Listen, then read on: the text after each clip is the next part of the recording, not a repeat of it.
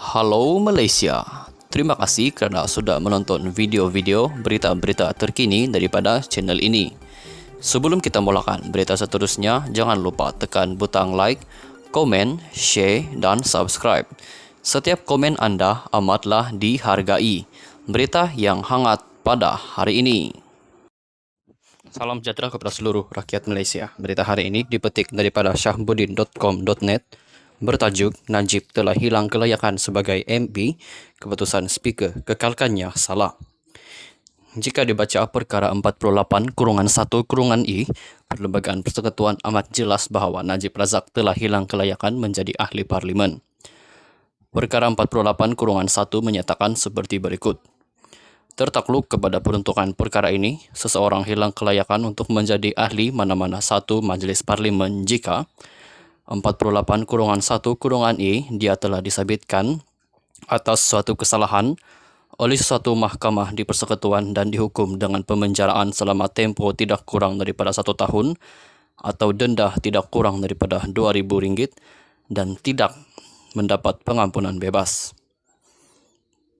Keempat-empat syarat kehilangan kelayakan sebagai ahli parlimen itu ada pada Najib Razak.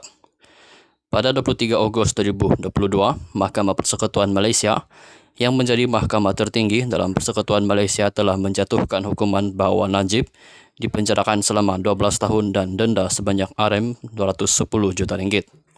Sehingga hari ini Najib Razak tidak mendapat pengampunan bebas. Keputusan Mahkamah Persekutuan itu adalah keputusan terakhir dalam sistem mahkamah di Malaysia. Tidak ada mahkamah yang lebih tinggi lagi daripada Mahkamah Persekutuan dalam sistem perundangan di Malaysia.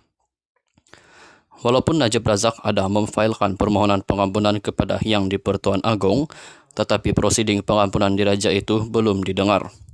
Lembaga pengampunan diraja bukannya mahkamah. Pengampunan Najib kepada Yang di-Pertuan Agong mesti atas nasihat Perdana Menteri. Jika sekarang nasihat itu mesti datang dari Perdana Menteri Ismail Sabri Yaakob di bawah perkara 40-1 Perlembagaan Persekutuan iaitu Yang di-Pertuan Agong, hendaklah bertindak mengikut nasihat Perdana Menteri. Dari segi undang-undang, sabitan kesalahan Najib Razak dalam pertuduhan dalam kes SRC International adalah kekal. Hukuman penjara 12 tahun dan denda RM210 juta adalah berkuat kuasa sekarang. Tidak ada penggantungan pelaksanaan stay of execution diberikan oleh Mahkamah Persekutuan kepada Najib Razak. Ini bermakna semua rakyat kehilangan kelayakan sebagai ahli parlimen ada pada Najib sekarang. Agak pelik dan aneh, Yang di-Pertuan Dewan Rakyat Tan Sri Azhar Harun memutuskan bahawa Najib masih kekal sebagai ahli parlimen pekan.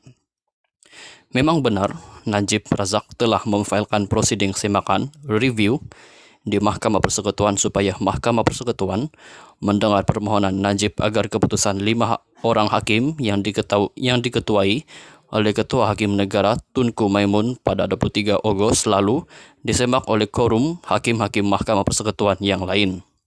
Tetapi permohonan semakan oleh Najib Razak itu bukannya satu penggantungan pelaksanaan hukuman 12 tahun penjara dan RM210 juta denda. Tidak ada kenyataan di dalam Perlembagaan Persekutuan bahawa jika seseorang ahli parlimen merayu kepada Lembaga Pengampunan Diraja atau memohon semakan mahkamah, maka kelayakannya sebagai ahli parlimen tetap kekal. Sebaliknya, apa yang dinyatakan dengan jelas di bawah perkara 48-1-I Perlembagaan Persekutuan ialah jika pesalah itu yang telah dijatuhi hukuman penjara tidak kurang daripada 1 tahun atau denda yang tidak kurang daripada RM2,000 dan dia tidak mendapat pengampunan bebas, maka dia hilang kelayakan sebagai ahli parlimen. Sebagai seorang ahli parlimen dan juga anggota jawatan kuasa pilihan khas kebebasan asasi dan hak-hak di bawah perlembagaan, saya menuntut supaya Yang di-Pertuan Dewan Rakyat Tan Sri Azhar Harun mengkaji balik keputusannya tentang kelayakan Najib Razak sebagai seorang ahli parlimen. Sekian saja berita untuk hari ini. Kita jumpa lagi di video yang seterusnya. Stay safe, stay healthy. Bye-bye. Salam sejahtera kepada seluruh rakyat Malaysia. Berita hari ini dipetik daripada syahbudin.com.net. Bertajuk, Najib telah hilang kelayakan sebagai MP, keputusan speaker kekalkannya salah. Jika dibaca perkara 48/1/I, Perlembagaan Persekutuan amat jelas bahwa Najib Razak telah hilang kelayakan menjadi ahli parlimen. Perkara 48/1 menyatakan seperti berikut. Tertakluk kepada peruntukan perkara ini, seseorang hilang kelayakan untuk menjadi ahli mana-mana satu majelis parlimen jika 48/1/I dia telah disabitkan atas suatu kesalahan oleh suatu mahkamah di persekutuan dan dihukum dengan pemenjaraan selama tempoh tidak kurang daripada 1 tahun atau denda tidak kurang daripada Rp2.000 dan tidak mendapat pengampunan bebas. Keempat syarat kehilangan kelayakan sebagai ahli parlimen itu ada pada Najib Razak. Pada 23 Ogos 2022, Mahkamah Persekutuan Malaysia yang menjadi mahkamah tertinggi dalam Persekutuan Malaysia telah menjatuhkan hukuman bahwa Najib dipenjarakan selama 12 tahun dan denda sebanyak Rm210 juta. Sehingga hari ini Najib Razak tidak mendapat pengampunan bebas. Keputusan Mahkamah Persekutuan itu adalah keputusan terakhir dalam sistem mahkamah di Malaysia. Tidak ada mahkamah yang lebih tinggi lagi daripada Mahkamah Persekutuan dalam sistem perundangan di Malaysia. Walaupun Najib Razak ada memfailkan permohonan pengampunan kepada Yang di-Pertuan Agong, tetapi prosiding pengampunan diraja itu belum didengar. Lembaga pengampunan diraja bukannya mahkamah.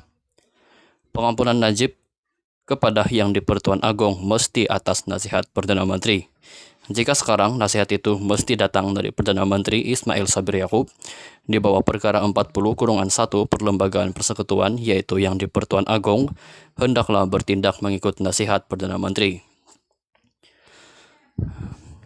Dari segi undang-undang, sabetan kesalahan Najib Razak dalam pertuduhan dalam kes SRC International adalah kekal. Hukuman penjara 12 tahun dan denda Rm210 juta adalah berkuat kuasa sekarang.